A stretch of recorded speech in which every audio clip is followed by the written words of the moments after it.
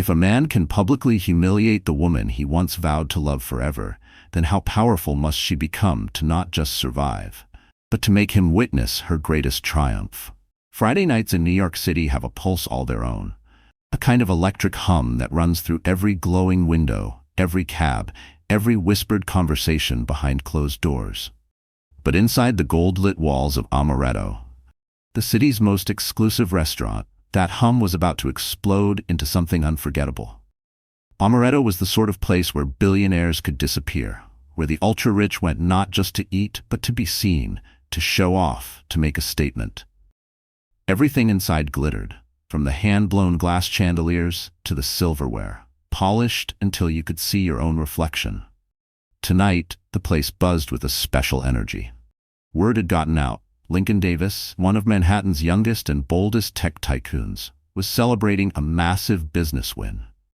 His face had been splashed across business magazines for years, his company the kind of overnight success that had people whispering genius and lucky bastard in the same breath.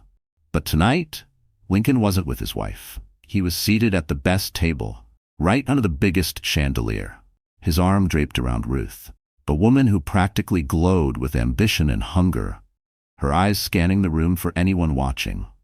Lincoln laughed louder than he needed to. He ordered a third bottle of Dom Perignon, ignoring the price and the whispers from neighboring tables. For him, tonight was about victory, about showing the world that he was untouchable.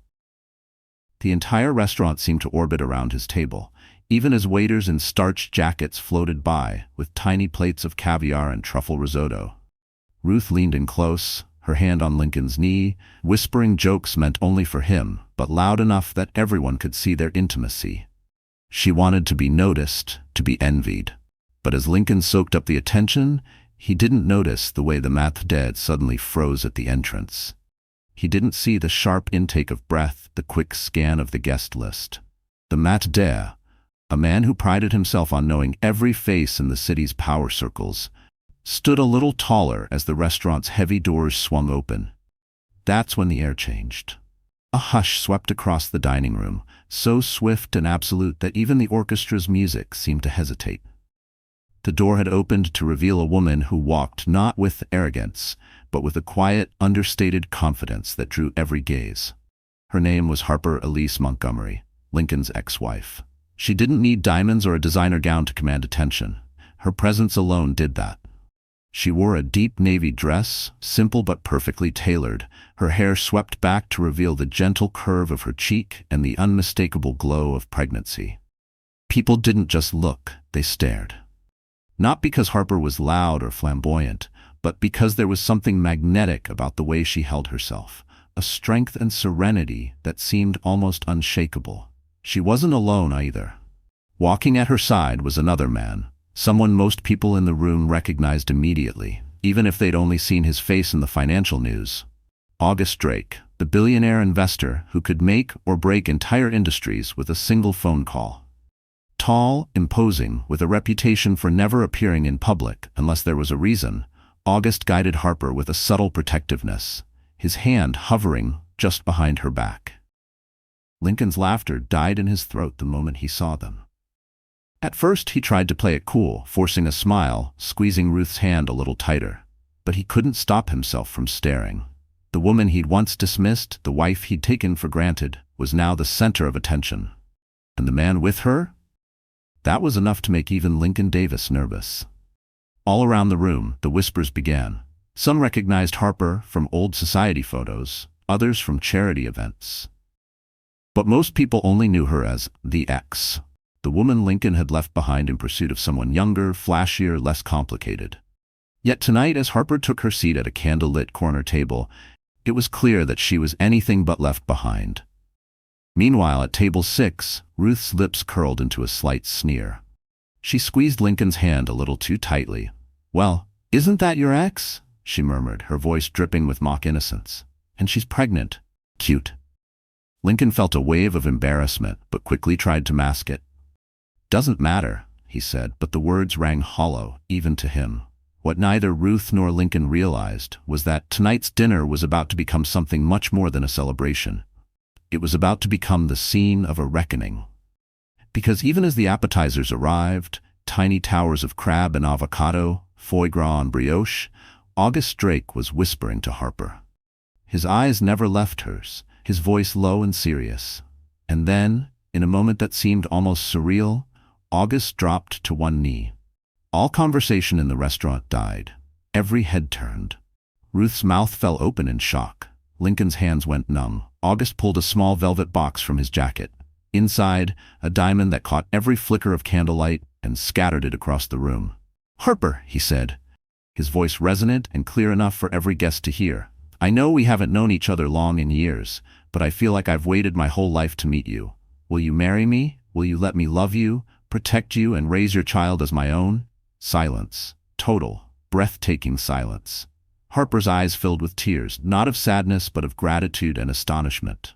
She nodded, and the room erupted. People applauded, some stood, a few even cried. Ruth was frozen, her expression twisted in disbelief. And Lincoln felt the world tilt beneath him. The woman he had once called his own was being given the kind of love, respect, and future he had never even thought to offer. For a long moment, it was as if the city itself paused. In the most exclusive room, on the most exclusive night, the most exclusive offer had just been made. Not to a socialite, not to an heiress, but to a woman who had once been told she wasn't enough. And as the applause swelled and Harper said yes, Lincoln finally understood. Some victories are worth more than money, and some losses will haunt you forever. Before the flashbulbs, before the billionaire proposal, and before her ex-husband's public humiliation, Harper Elise Montgomery was a woman most people overlooked. That's how it had always been, ever since her childhood in the small Rust Belt town of Fairmont, Pennsylvania. Life there was tough, the air thick with the smell of steel and the weight of dreams deferred. Her mother, Angela, worked the late shift at the only diner in town. Her father had disappeared before Harper could even remember his face. It was just her and her mother, scraping by, fighting for every extra dollar, saving for a future that always seemed one step away. From an early age, Harper learned to make herself useful. She helped out at the diner, did her homework behind the counter, and listened to her mother's whispered encouragements after midnight. "Don't let them tell you who you are, Harper," her mother used to say, squeezing her hand tight. "You get to decide." It was that voice, soft, strong, and unwavering, that stayed with Harper even as the world tried to press her into a mold she never quite fit. School was Harper's escape. She was bright, so bright that some teachers took notice, nudging her toward honors classes, writing letters of recommendation, and suggesting college as a way out. She earned scholarships, studied late into the night, and finally, at 18, packed everything she owned into the trunk of a rusted-out sedan and drove to New York City. The city overwhelmed her at first. The endless noise, the crowds, the sheer scale of ambition on every street. But Harper was determined not to be swallowed up. She enrolled at NYU, majoring in nonprofit management and urban policy. She worked 2 jobs, barista by dawn, office assistant by dusk, never missing a single payment, never letting herself quit. It was in New York that she met Lincoln Davis. At the time, he wasn't the business mogul he would become. He was still hungry, still gentle, still humble enough to laugh at his own mistakes. They met at a charity fundraiser, both awkwardly holding plastic cups of punch, both feeling a little out of place. There was an instant connection, real, raw, and disarming. Harper loved the way Lincoln listened to her, how he made her feel seen in a city where everyone was just trying to be noticed. They dated for 2 years, working their way up from tiny apartments and microwave dinners to a modest wedding at the Brooklyn Botanic Garden. The first few years of their marriage were filled with hope. Harper took a job at a children's advocacy nonprofit. Lincoln started his tech company, burning the candle at both ends to get it off the ground. Money was tight, but their dreams were big. When Lincoln's company finally took off, the world changed overnight. Suddenly, they had money, more than either of them could have imagined. They moved into a high-rise apartment with floor-to-ceiling windows, took vacations in places Harper had only read about, and were invited to events she'd never dared to dream of attending. But with every dollar, every accolade, something between them began to crack.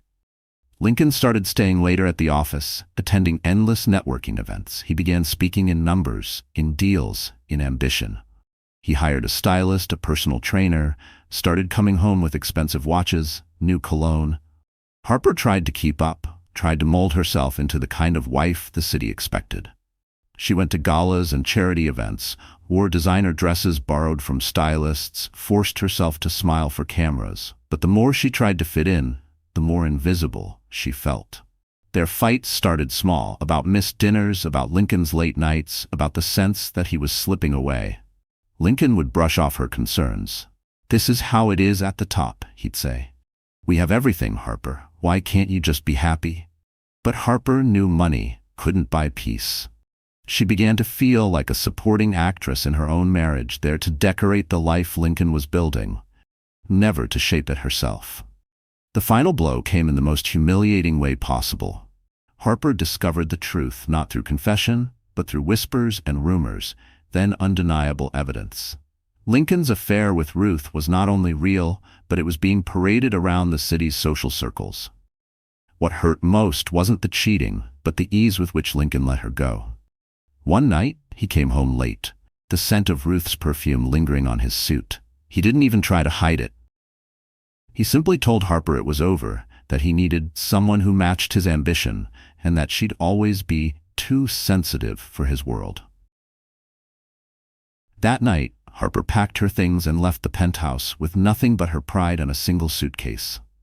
She moved into a small apartment in Brooklyn, lived off her savings, and tried to piece her life back together. The tabloids wrote about her as the discarded wife, speculating on her next move, some even mocking her for her plain looks and lack of sophistication.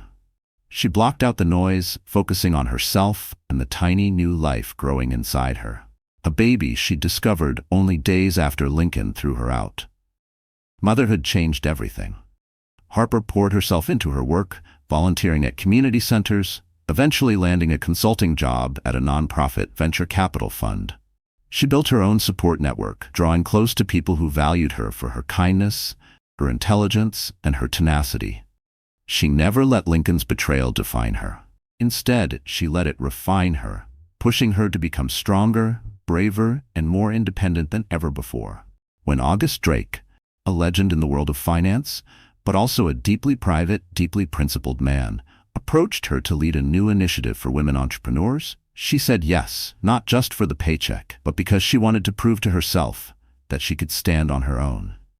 August saw something in Harper that most people missed: resilience, vision, empathy. He admired her work, then her heart, and before long, their connection deepened.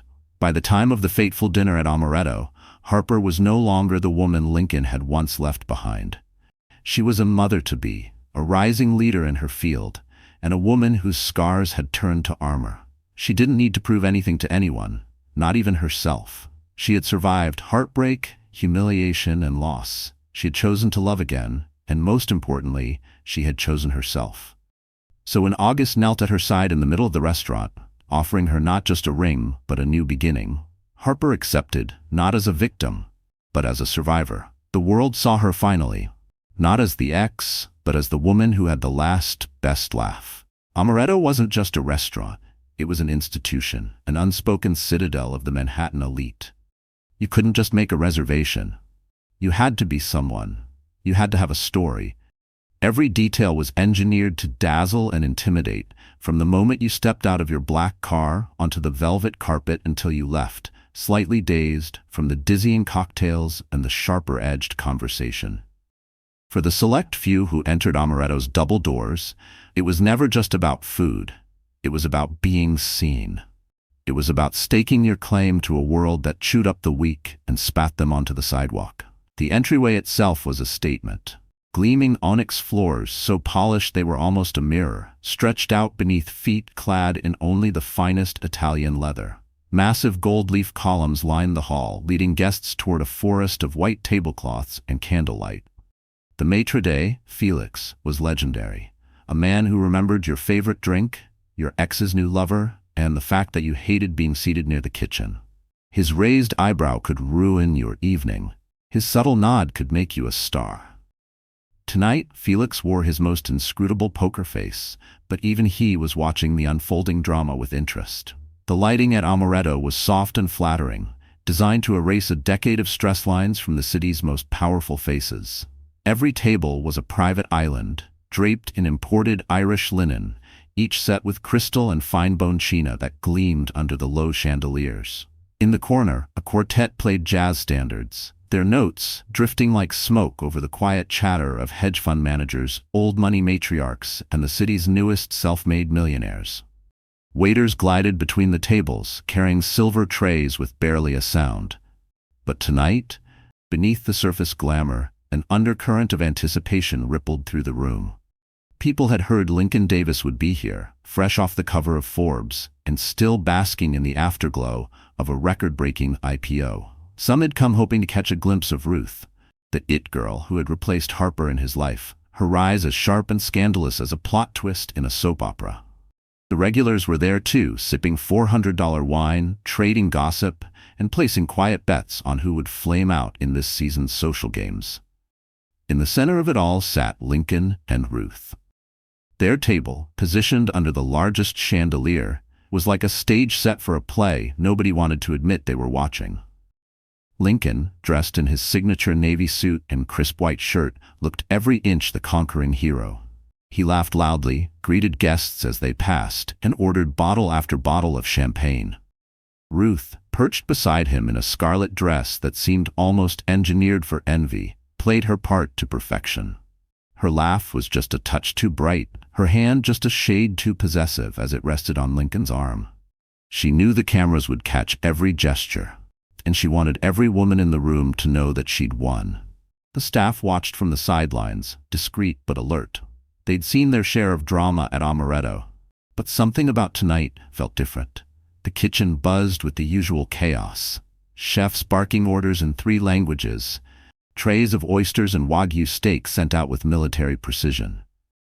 In the back, a new server nervously polished glasses, hoping to avoid the wrath of the famously exacting Felix. "Big night," he whispered to a colleague, glancing toward the main dining room. "Feels like something's about to happen." He wasn't wrong. Harper's arrival had shifted the energy instantly. She wasn't loud or ostentatious, she simply belonged, and somehow that was the greatest power move of all. Her table, tucked into a corner but visible to everyone, became a gravitational center. Guests who claimed not to care about old drama found their eyes wandering in her direction.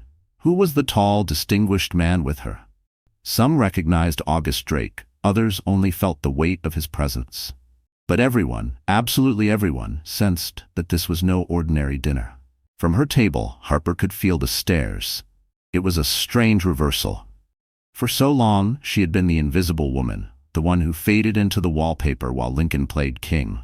Now she sat tall, every movement deliberate, her hand resting gently on her belly. She felt the warmth of August's attention, the comfort of his presence. She also felt a kind of power she'd never known, the power of being utterly unashamed of who she was and who she'd become. August watched her with a steady gaze. He didn't touch her in the flashy, possessive way Ruth clung to Lincoln. Instead, he leaned in to ask what she wanted for dinner, listened closely to her answer, and smiled like she was the only person in the room. He was a man used to commanding boardrooms, shaping fortunes, turning down presidents. Yet here, in the soft candlelight, all of his focus was on Harper. Her comfort, her happiness, her story. At Lincoln's table, the mood had shifted. The laughter grew forced, the conversation shallower. Lincoln tried to ignore Harper, but the truth gnawed at him. How could she look so at ease? Why wasn't she devastated, furious, trying to claw back what she'd lost? For a moment, he watched the way August leaned toward her, the way Harper smiled softly in response. Lincoln felt something sour twist in his chest. He'd spent months telling himself he'd traded up, that Ruth was a prize, that Harper was too soft for his world. Yet tonight, under the scrutiny of the city's elite, he felt exposed. Ruth, sensing his distraction, squeezed his hand. "Don't let her get to you," she whispered. "She's nothing." But even Ruth's voice sounded small. She glanced over at Harper, caught the easy grace with which she sipped her water, and felt a sharp edge of insecurity. For all her confidence, Ruth couldn't help but wonder, had Lincoln really moved on, or was he just pretending? Around the room, the atmosphere thickened. A group of venture capitalists paused their conversation, watching Harper and August with open curiosity. An actress whispered to her producer, "Isn't that Lincoln's ex? She looks amazing." Waiters exchanged glances as they refilled glasses. Even Felix, unflappable as ever, lingered a little longer by Harper's table, offering a rare smile. The night stretched on. Courses arrived: lobster ravioli, truffle risotto, rare steaks paired with rare wines. Toasts were made, photos snapped, more than a few secrets traded beneath the hum of the quartet. Through it all, Harper remained poised, refusing to shrink or apologize. She knew she didn't have to perform. She was simply, finally, enough. By the time August reached into his pocket for the velvet box, everyone was watching. The stage was set, the spotlight waiting. And Amaretto, for all its glitter and spectacle, had never seen a show quite like this. Lincoln Davis was the kind of man who didn't just want to win, he needed everyone to see him winning. From his earliest days, he'd been told that the world belonged to men who took risks, who pushed harder, who wanted it more than anyone else. He was the son of a construction foreman and a school secretary from upstate New York. Smart, ambitious, but always outside the velvet ropes. He watched the city from a distance as a teenager, vowing one day to make it his own. He hustled for scholarships, skipped meals to save subway fare, and slept 4 hours a night just to graduate at the top of his class at Columbia. That hunger never went away. In college, Lincoln was the guy who could charm a professor and close a deal in the same breath. He worked every angle, made the right friends, and turned internships into job offers. And then, with a single brilliant idea, turned those jobs into an empire. By 30, he was the CEO of Davis Innovations, a tech company whose apps changed the way the city moved, shopped, and spent. He was celebrated on magazine covers, courted by investors, and invited to every exclusive event in New York. But with every rung he climbed, something shifted inside him. He started believing his own hype. He told himself he was special, unstoppable, deserving of more, always more. He hired image consultants, personal trainers, and a publicist who made sure no one ever saw him sweat. He collected luxury, cars, watches, penthouse views, as if the right accessories could erase the scars of his childhood. He married Harper because she was steady, loyal, and saw the good in him when he barely saw it in himself. But as the money came in, Lincoln wanted more than loyalty. He wanted adoration. Lincoln's world was ruled by image. He cultivated his public persona like a prized garden, always manicured, never a leaf out of place. But private Lincoln was different. In the boardroom, he was feared for his quick mind and quicker temper. He demanded absolute loyalty, rewarded ruthlessly, and fired people for a single misstep. At home, his intensity curdled into impatience. He wanted things his way. Dinners ready, smiles unwavering, no questions asked. He'd learned that power was fragile, and he guarded it with suspicion. He checked Harper's phone. He tracked his employees' social media. He hated being surprised. As his company exploded in value, so did his ego. Lincoln's friends, what few he kept, noticed the change. He stopped returning calls. He missed birthdays and anniversaries. He began speaking in press release language, describing even private moments as on brand. He justified it all as necessary. "You think Elon Musk ever takes a day off?" he'd say when Harper asked for a weekend away. "If you want the life, you live with the sacrifices." He convinced himself Harper was holding him back. She still shopped at local boutiques instead of designer showrooms, still called her mom every Sunday, still volunteered at soup kitchens. Lincoln saw her humility as weakness, a liability for a man with ambitions like his. He wanted a partner who'd dazzle in front of cameras, who could trade quips with CEOs and models. So when Ruth appeared, a woman who glowed in the spotlight and loved to be seen, Lincoln was seduced by her confidence. Ruth made him feel younger, sharper, more alive. The affair began as a thrill, a secret victory. Ruth was 28, brilliant, unapologetic, the marketing director at a rival firm. She'd grown up in LA, survived on her own since 16, and treated every room like it was already hers. She saw Lincoln not just as a lover, but as a career move, a man to conquer. They met in luxury hotel bars, on business trips to Paris and Tokyo, in penthouse suites with city views. At first, Lincoln kept Harper and Ruth on separate tracks. But the more he had Ruth, the more he resented Harper. It wasn't enough to win. He needed Harper to know she'd lost. When Lincoln finally ended things with Harper, he was cold, even cruel. He told himself he was being honest, that he was doing her a favor. He never expected her to fight back, to challenge him. He assumed she'd retreat, that she'd fade into the background like so many others he'd stepped over. For Lincoln, winning wasn't just about what you gained, it was about what you made others lose. But Lincoln underestimated Harper's resilience, and the city never truly forgets a public betrayal. Even as Ruth slid into Harper's place, something shifted. The press began to circle, reporters sniffing for cracks in Lincoln's golden boy image. Old friends distanced themselves. Investors started asking tougher questions. Harper's absence wasn't just personal, it became a problem for Lincoln's brand. The devoted husband persona was gone, replaced by whispers of scandal. At first, Lincoln ignored it. He doubled down on business, threw bigger parties, bought louder toys. But the harder he tried to outrun the fallout, the more it followed him. Ruth was demanding. Her ambitions didn't stop with being his girlfriend. She wanted more, always more. A ring, a stake in his company, a seat at the table. And when Lincoln hesitated, she reminded him of how quickly fortunes can change in this city. "Don't forget who really made you, baby," she'd whisper, a knife wrapped in velvet. The night at Amaretto was supposed to be a victory lap, a way for Lincoln to show the world he was still on top, still the man everyone wanted to be. But as soon as Harper walked in with August Drake, Lincoln felt his world tilt. He couldn't look away, couldn't enjoy Ruth's laughter or the congratulations from other guests. He saw Harper's confidence, the way people gravitated toward her, and it gnawed at him. He drank too much, said too little, and for the first time in years felt truly out of control. Ruth noticed, and the tension between them sharpened. "She's just trying to make you jealous," Ruth hissed. "Don't let her win." But Lincoln knew it was deeper than that. For the first time he wondered if maybe, just maybe, he hadn't won at all. As the room buzzed and August reached for the ring, Lincoln's hands trembled. For years he'd believed he was the star of the show, the master of every room he entered. But now, under the unflinching lights of Amaretto and the eyes of everyone who mattered, Lincoln realized the truth. Power could be fleeting, love could be lost, and sometimes your greatest enemy was the ghost of the person you used to be. The night at Amaretto was meant to be Lincoln's victory parade. But as the evening unfolded, the energy in the room twisted into something electric and dangerous. By the time dessert was served, every guest in the restaurant could sense that something extraordinary was about to happen.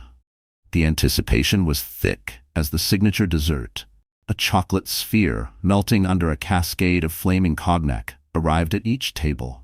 Even the quartet seemed to play softer, as if their music didn't want to miss a word of what was coming. Lincoln's table, so vibrant an hour before, now buzzed with a quiet, almost nervous tension. Ruth picked at her dessert, eyes darting toward Harper's table, while Lincoln sat stiff, swirling the remnants of his brandy, but barely tasting it. His laughter had dried up, replaced by tight smiles and distracted nods. The people around them, other tech founders, socialites, editors, and even a minor celebrity or two, could sense the shift. The spotlight was no longer on Lincoln. It was following Harper. Across the room, Harper looked almost serene, her posture relaxed, her laughter light as August Drake leaned close to whisper something in her ear. The billionaire had a way of commanding attention without trying, and tonight the world's eyes seemed to rest on him and her.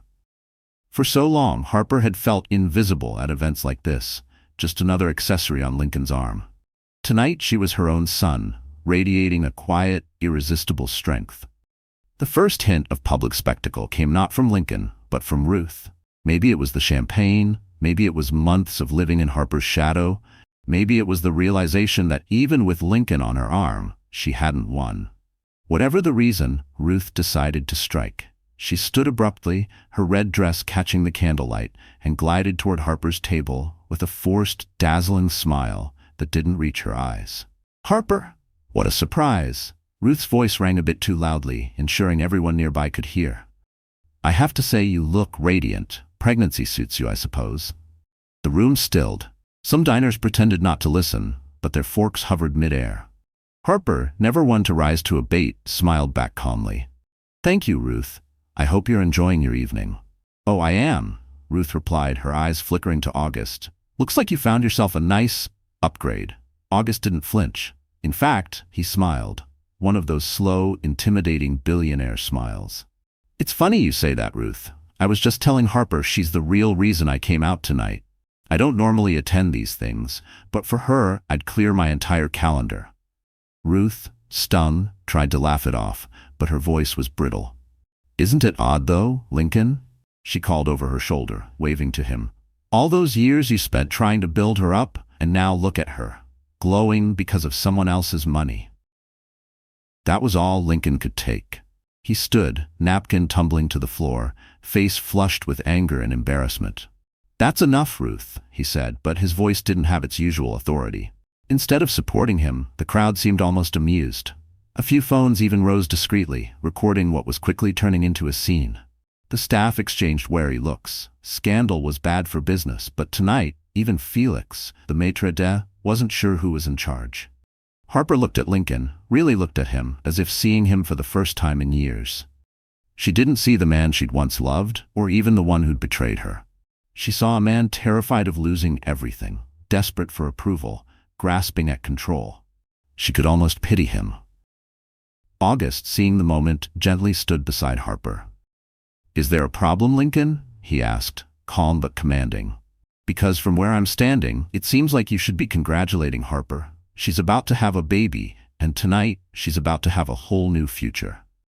Suddenly, the room went quieter. People realized this wasn't just gossip. Something monumental was about to happen. Then, as if on cue, August reached into his jacket and took out a small velvet box. "Harper," he said, lowering himself to one knee right in the middle of Amaretto. "I know we've both had our share of heartbreak, but I also know I've never met anyone braver, kinder, or more worthy of love. I want to spend my life with you. Will you marry me?" A gasp rippled through the room. Lincoln, speechless, could only stare as the man he could never hope to outshine made a public declaration that dwarfed every business deal, every accomplishment, every calculated victory Lincoln had ever chased. Harper, caught off guard but moved to tears, nodded. "Yes," she whispered, her voice trembling. "Yes, I will." The restaurant erupted. Applause broke out, genuine and loud. Some diners even stood, clapping. Felix, the maitre d', stepped forward with a champagne toast. August slipped the dazzling ring onto Harper's finger, and she beamed with a happiness that was impossible to fake. And Lincoln felt the world spin. The phones were out now, flashes lighting up the table as social media influencers, business reporters, and even the kitchen staff caught the moment. In real time, the story was spreading. Billionaire proposes to pregnant ex-wife of tech mogul at his own celebration dinner. Ruth, mortified, melted into the background, her ambitions for the night forgotten. The power had shifted. In less than 5 minutes, everything Lincoln thought he controlled, his reputation, his narrative, his future, was gone, handed to the woman he'd once called too soft. And for the first time, Lincoln realized that he wasn't the story's hero, or even its villain. He was just a lesson. That night, Harper's proposal was all over the news before dessert plates were cleared. Photos of her radiant face, August on his knee, Lincoln standing alone in the background, humiliated, defeated, exposed, flooded every social feed.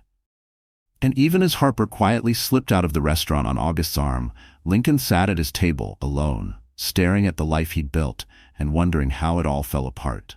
For the world, Harper's acceptance of August's proposal was the perfect ending to a public humiliation. Her victory, Lincoln's defeat, a viral fairy tale. But the truth, as always, was far messier. Behind the headlines, behind the flood of congratulatory texts and calls, behind the outpouring of support on social media, Harper Montgomery was falling apart. The hours after that proposal were a blur.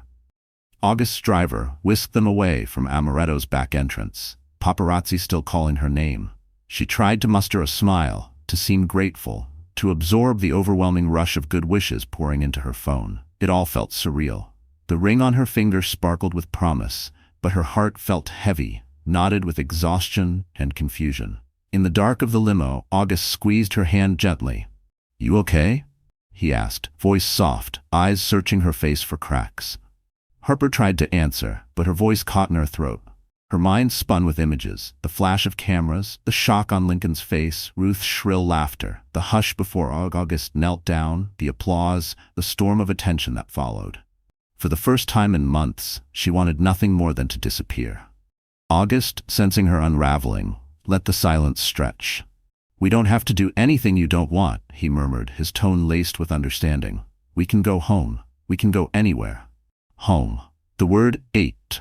Harper's home used to be the penthouse she'd shared with Lincoln, now just another memory carved out by betrayal. Her Brooklyn apartment, filled with thrift store furniture and the scent of lavender, felt safer, but small and lonely. The world had celebrated her triumph, but Harper only felt empty. They arrived at her apartment building, and August insisted on escorting her upstairs. The street outside was quiet, but she knew the city was buzzing with her name. She closed the door behind them, kicked off her shoes, and collapsed onto the couch, finally letting the tears fall. It wasn't just the events of the night, the spectacle, the ring, the proposal. It was months, years, of holding it together, of trying to be enough, of pushing through heartbreak after heartbreak. Now, when the world thought she was winning, she just felt so tired. August sat beside her, not saying a word. He knew that sometimes presence mattered more than advice. Harper clung to a pillow, knees pulled tight to her chest. "Everyone thinks I'm this hero now," she said finally, voice shaky. "They don't know I almost fainted at the table. They don't know how scared I was." "You're allowed to be scared," August said softly. Harper shook her head. "I spent so long trying not to cry, trying to be strong for everyone, for Lincoln, for the press, for the baby. And now all I want to do is scream." August nodded, gently reaching out to tuck a strand of hair behind her ear. "You don't have to be strong all the time. Not with me." She let out a shuddering breath. "What if I'm making a mistake? What if I'm just running away from my pain and straight into something new, just because it's easier than being alone?" August's eyes softened, full of empathy, not wounded pride. "You're not running, Harper. You're surviving. You're making choices. That's real strength, even if it feels like falling apart." But that night, after August left and the city fell quiet, Harper's doubts multiplied. Alone in her bedroom, she stared at the ring, feeling the full weight of everything she'd lost and gained. She thought of her baby growing inside her, and the future she now had to build. One that didn't fit any of the neat narratives playing out in the headlines. Sleep wouldn't come. Her mind replayed the dinner at Amaretto in excruciating detail. Ruth's taunts, Lincoln's broken expression, the way the entire restaurant seemed to watch her every move. Had she really wanted this attention? Did she want the life August was offering? Or was she just desperate for something to fill the void Lincoln had left? These questions clawed at her, keeping her awake as the city buzzed outside. The next morning, she woke with swollen eyes and a pounding headache. The world hadn't paused for her pain. Reporters camped outside her building. Social media trended with her name, Harper Wins, from housewife to billionaire bride. But nobody saw the mess behind the headlines. Her phone overflowed with messages. Old friends, distant family, journalists, even strangers sharing their own stories of heartbreak and rebirth. She read a few, then tossed the phone aside. The baby kicked, as if reminding her of what mattered. Harper pressed a hand to her belly and let herself cry again, softer, quieter this time. The tears were different now. Less about Lincoln, more about the fear of failing herself and her child. What if she wasn't strong enough for all of this? What if she let August down? What if she let her baby down? The anxieties spiraled. She skipped breakfast, unable to keep food down, pacing her small living room until her feet ached. A call from her mother's number went unanswered. When August texted to check in, she waited hours before replying with a simple, "I'm okay." She wasn't. She was lost. By the afternoon, Harper reached her breaking point. She stood in front of her bathroom mirror, barely recognizing her own reflection. Gone was the woman in the perfect dress, beaming at the restaurant. In her place was someone raw and real. Eyes red, hair tangled, shoulders slumped under invisible weights. She splashed cold water on her face, gripping the edges of the sink. "You have to get it together," she whispered to herself, voice trembling. "For the baby. For you." But she couldn't do it alone. And that realization, that even the strongest women need help, was the first crack of hope breaking through the wall of despair. Harper called her therapist, booking an emergency session. She texted her mother back, asking her to come over. She told August she needed time, not to end things, but to understand herself before she could share her life with anyone else. That night, surrounded by takeout containers and the quiet hum of city lights, Harper let herself grieve, not just Lincoln, but the life she'd dreamed of, the woman she'd tried so hard to be. She cried for the girl who had loved with her whole heart, for the wife who wasn't enough, for the mother-to-be who was still afraid. Only then, as the tears faded, did she feel a spark of something new, something that might just be the beginning of her real comeback. For days after the infamous amaretto dinner, the world spun with stories of Harper, the heartbroken wife turned billionaire's fiancée, the ordinary girl who'd landed on her feet. She was everywhere. Morning news shows, social media feeds, gossip columns. To most people, her rise looked like a stroke of impossible luck. But what nobody knew, not the reporters, not the curious neighbors, not even Lincoln, was that Harper's greatest strength was still hidden. It began with a letter, hand-delivered, slipped under her door early one morning as the city was still blinking itself awake. The envelope was heavy, the kind you feel before you see. Harper opened it slowly, expecting more press requests or a generic congratulations. Instead, she found a note in neat handwriting. Ms. Montgomery, please contact me at your earliest convenience. We have urgent business to discuss regarding your late grandmother's estate. Samuel Lynn, Lynn & Associates. Harper's heart skipped. Her grandmother, Evelyn Montgomery, had died almost a decade ago. They'd been close when Harper was a child, before family money turned to dust and memories, and before Harper's mother lost the last of the family home in Fairmont. She barely remembered those years, just snippets. The feeling of sunlight in her grandmother's rose garden, the faint scent of lavender and old paper. The estate had always been a myth, something grown-ups whispered about before the bank took it all. Harper, practical and grounded, never counted on family secrets. But curiosity tugged her out of bed. She dialed the number, and within an hour, Samuel Lynn, a precise, serious man in a charcoal suit, was sitting in her living room. He carried a battered leather briefcase and the kind of gravity that said he'd done this 1,000 times. Miss Montgomery, first let me offer my congratulations, he began, nodding to the engagement ring. But I'm here for another reason. Your grandmother's will included a trust. Until now, the assets have been held under certain legal conditions, specifically until you reached the age of 30 or until a major life change deemed appropriate by her executors. Harper blinked, unsure if she was hearing right. I don't understand. My mother said there was nothing left. Lynn smiled gently. Your mother never knew the full story. Your grandmother was a private woman. She wanted you to have a chance at a real life, one built on your own merit. But she also wanted to make sure you'd be protected if you ever needed it. When news of your engagement and pregnancy made headlines, the conditions of the trust were triggered. He opened the briefcase, laying out documents and ledgers. You are now the sole beneficiary of the Montgomery Family Trust. The assets include stocks, real estate, art, and a controlling stake in Montgomery Holdings, a company you may not know but which holds patents and real estate across several states. In total, the estate is valued at... He slid a page forward, the number circled in blue ink. Harper's breath caught. $87 million. She sat back, stunned, words dissolving on her tongue. This can't be right. It is, Lynn confirmed, and it's yours as soon as you sign these papers.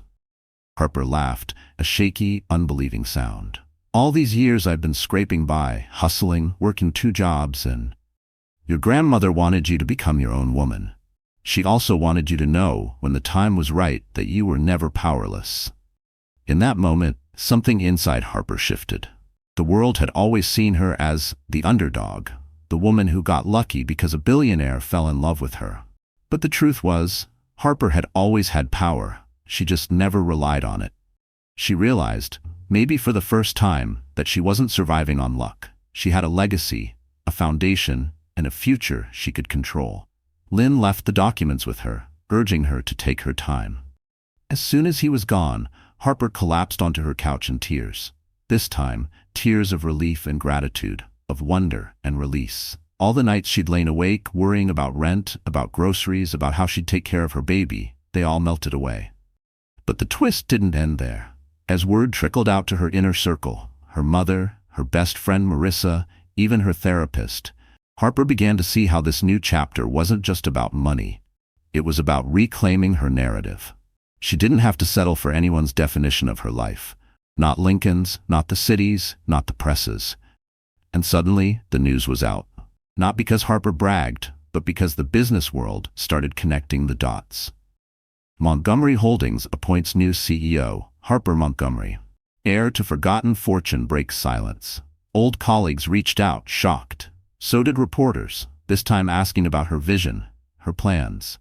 No one could dismiss her as just a billionaire's fiancée or a tabloid headline anymore. August, too, was floored when he heard the news. When he came to visit her that night, she met him at the door, not with tears, but with a smile. "I have to show you something," she said, placing the trust documents on the kitchen table. "Turns out, my family had a few surprises left."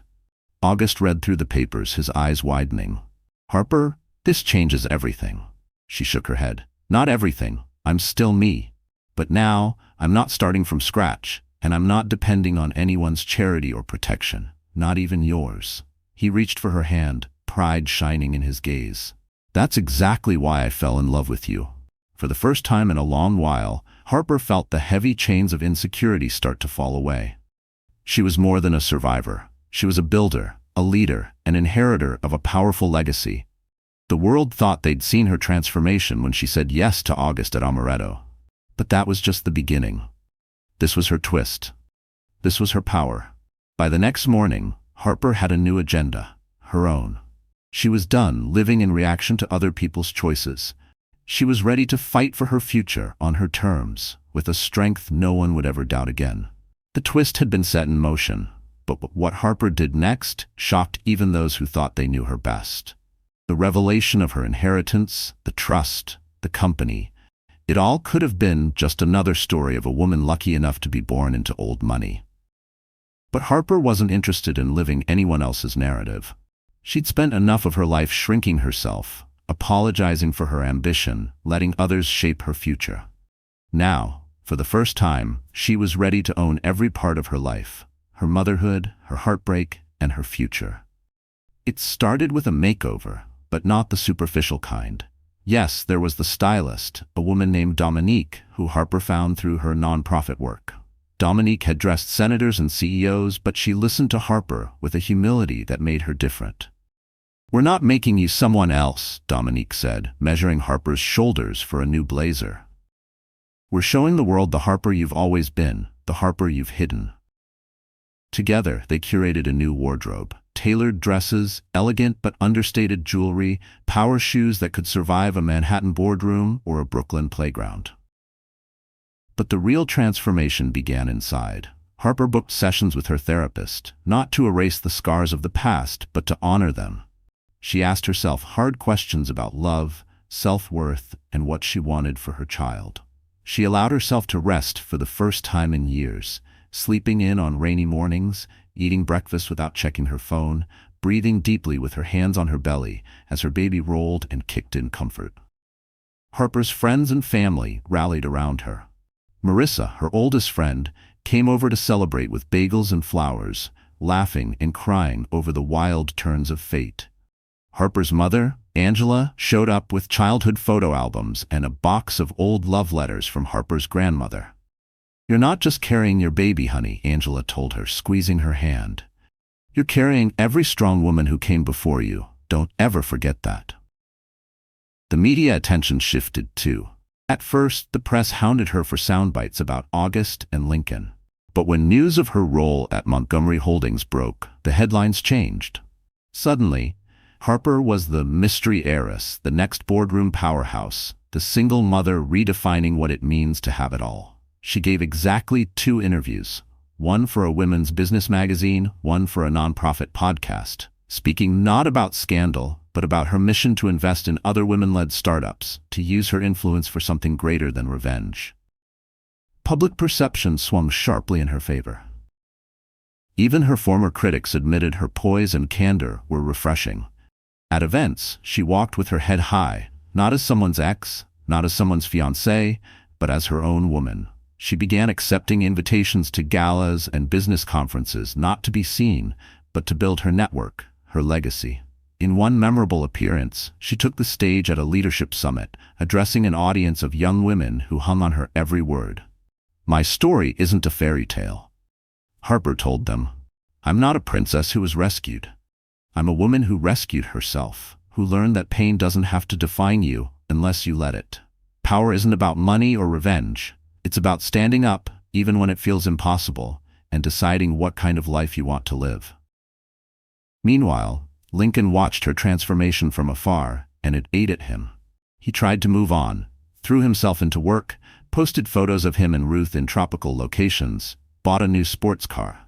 But the city's attention had shifted. Business partners who used to call him first now reached out to Harper for her opinion. Old friends from Colombia, ones he'd ghosted, sent her congratulations. Ruth grew increasingly resentful, questioning why Lincoln seemed obsessed with his ex's every move. "She's gone, Lincoln," Ruth snapped one morning, tossing a tabloid on the table. "Why can't you let her go?" He didn't have an answer. Harper, on the other hand, found herself letting go of Lincoln's ghost with each passing day. The bitterness faded, replaced by a clear-eyed gratitude for the lessons he'd taught her, the good and the painful.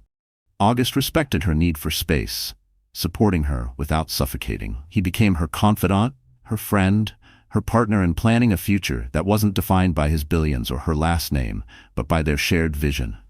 And then came the physical glow-up, the one the world couldn't ignore. Harper's pregnancy only made her more radiant, her skin glowing, her smile softer but stronger. Dominique styled her for her first public appearance as CEO, a deep emerald dress perfectly draped over her bump, with a matching silk coat and classic pumps. She arrived at Montgomery Holdings' new office flanked by her team, shaking hands with staff, fielding questions from nervous board members. She didn't raise her voice, didn't posture. She simply listened, made decisions, and led by example. Within weeks, company morale soared. Employees who'd once dreaded board meetings now volunteered ideas. Harper launched an initiative for parental leave and announced a fund for minority-owned startups. She held regular coffee chats with staff, learning their names, their stories, their dreams. "You don't have to choose between family and ambition," she told her leadership team. "We're building a place where you can have both." Her social media quietly shifted from posed, polished images to real moments. Her laughing with her team, holding hands with her mother, attending prenatal yoga, reading children's books aloud to her belly. Fans, especially women, flooded her inbox with messages of hope, gratitude, and shared struggle. One afternoon, as she walked through the city in the golden haze of autumn, Harper caught her reflection in a shop window. She barely recognized herself, not because she'd changed beyond measure, but because she finally saw the person she'd been fighting to become. She was proud, unashamed, and deeply alive. The city that once whispered about her heartbreak now watched in awe as she became a symbol of resilience. Journalists no longer asked about Lincoln or August. They wanted her thoughts on economic opportunity, on motherhood and leadership, on what it meant to be brave in the face of loss. As the weeks sped toward the annual gala, this time with Harper as a keynote speaker and August as her honored guest, the stage was set for her final, public victory. She was ready, not for revenge, but for revelation. The glow-up was complete, but Harper knew the best was still to come. The night of the Bright Futures Gala arrived with all the electricity and spectacle the city could muster. It was the social event of the year, a gathering of New York's elite, business titans, celebrities, philanthropists, and the press. A place where legacies were cemented and scandals were whispered into crystal glasses. For weeks, the buzz had centered around one question: would Harper Montgomery appear, and if so, how? The venue was the grand ballroom of the Metropolitan Plaza, lit like a dream. 1,000 lilies perfumed the air. Photographers swarmed outside, hungry for shots of the city's power players. Lincoln Davis arrived with Ruth on his arm, both dressed to impress and determined to steal the spotlight back. Ruth wore a shimmering gold dress, her hair swept up in perfect waves, but there was a nervous tension in her smile. Lincoln, for all his bravado, felt it too. He told himself that tonight would be his chance to reclaim his narrative, to show everyone, including Harper, that he was still the king of the city. Inside, the event unfolded in a whirl of introductions, speeches, and champagne. Lincoln and Ruth worked the room, posing for photos and fielding hollow congratulations. But a strange hush fell as Harper's name was whispered down the marble staircase. Every head turned. Every conversation paused. Harper entered the ballroom on August Drake's arm. The crowd parted instinctively. Tonight she wore midnight blue, the color of possibility and power.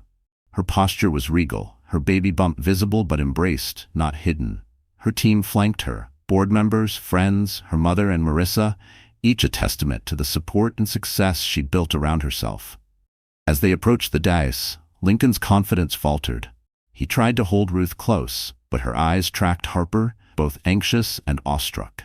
People he once called friends drifted from his orbit, eager to shake Harper's hand, to congratulate her on the new CEO role, her philanthropy, her engagement. Lincoln felt the room shift, the power he once wielded now in someone else's hands. Then came the true moment of reckoning, the awards ceremony. As the MC announced Harper as the gala's guest of honor and keynote speaker, a gasp rippled through the crowd. Lincoln stared, disbelieving. This was his territory, his event, yet here was Harper standing at the very center, welcomed like royalty. Harper took the stage with a calm that radiated outwards. She didn't gloat or seek revenge in the conventional sense. Instead, her voice carried dignity and humility. "Thank you," she began, "not just for this honor, but for the chance to share my story, the truth, not the headlines. I stand before you as a woman who has lost, who has loved, and who has rebuilt. Tonight isn't about my pain or even my comeback. It's about what we can all do with our second chances." She spoke of her nonprofit work, of using the Montgomery legacy to invest in underprivileged youth, especially girls who'd been told, "You're not enough." She announced a new multi-million-dollar fund for women entrepreneurs, pledging half her own fortune to seed it. The crowd erupted in applause. Even reporters wiped their eyes. For once, the city's elite looked past money and scandal and saw real courage. As Harper left the podium, August met her with a proud smile. In that moment, she knew she'd taken back control of her life. Not with bitterness, but with vision. But the final twist was still to come. The auction, a highlight of the gala, was next. Lincoln had donated a rare luxury car, expecting it to be the centerpiece. But when the auctioneer called for the most anticipated lot, it wasn't Lincoln's car at all. It was a one-on-one mentorship lunch with Harper Montgomery, new CEO and philanthropist. The bidding started modestly, then soared. Venture capitalists, celebrities, even rival CEOs clamored for the chance to learn from her. When the hammer finally fell at a record-breaking bid, Lincoln's face was pale. Ruth squeezed his hand, but he could feel her slipping away too, her eyes drawn to the magnetic woman at the center of it all. After the event, Lincoln tried to catch Harper as she mingled with supporters. When he finally approached her, the press followed, hoping for fireworks. "Harper," he said, voice low, "I just want to say, I'm sorry for everything." She turned to him, her gaze steady, her smile kind but unyielding. "Thank you, Lincoln. I hope you find what you're looking for." She didn't add more, didn't need to. Her forgiveness was not for his comfort, but for her own peace. Ruth, left beside Lincoln, stared after Harper. The envy in her eyes was mixed with reluctant admiration. She knew now that Harper's strength came not from any man's love, but from her own resilience. Ruth would remember that long after the gold of her dress faded. The night ended with reporters crowding Harper, not for gossip, but for wisdom. As she and August left the ballroom, her friends, her mother, and her new colleagues beside her, Harper felt the city's eyes on her, not as a victim or even as a survivor, but as a woman who had rewritten her own destiny. Lincoln, once the master of the room, stood in the shadow of the exit, learning the hardest lesson of all. The true measure of power isn't how many people you control, but how many you lift up when you finally stand tall. In that glittering ballroom, as the city's elite applauded Harper's grace, a new narrative was written. This wasn't a story of revenge, but of reclamation. As the lights dimmed on the Bright Futures Gala and the city settled back into its restless rhythm, Harper Montgomery's story lingered in the air, not as gossip or scandal, but as a beacon of hope. Her journey, marked by heartbreak, betrayal, and unimaginable transformation, was a powerful reminder that strength is not born from perfection, but forged through resilience. Harper's path was a testament to the truth that many women already knew deep in their bones. Life is rarely fair, and sometimes the people we love most are the ones who hurt us the deepest. But those wounds do not define us. What defines us is how we rise from them. For years, Harper had been underestimated, overlooked, and dismissed. She had been the other woman, the discarded wife, the pregnant ex. But she refused to let those labels cage her spirit. Instead, she chose to rewrite her story, not by revenge, but by reclaiming her power with grace, intelligence, and unwavering courage. Her message to every woman watching or listening is simple. You are not weak because you have fallen. You are not broken because you have been betrayed. You are powerful because you have the strength to stand back up, to rebuild, and to shine on your own terms. Harper's journey shows us that success is not just about money or titles. It's about finding your voice after it's been silenced, about building a life that honors your true self, and about lifting others as you rise.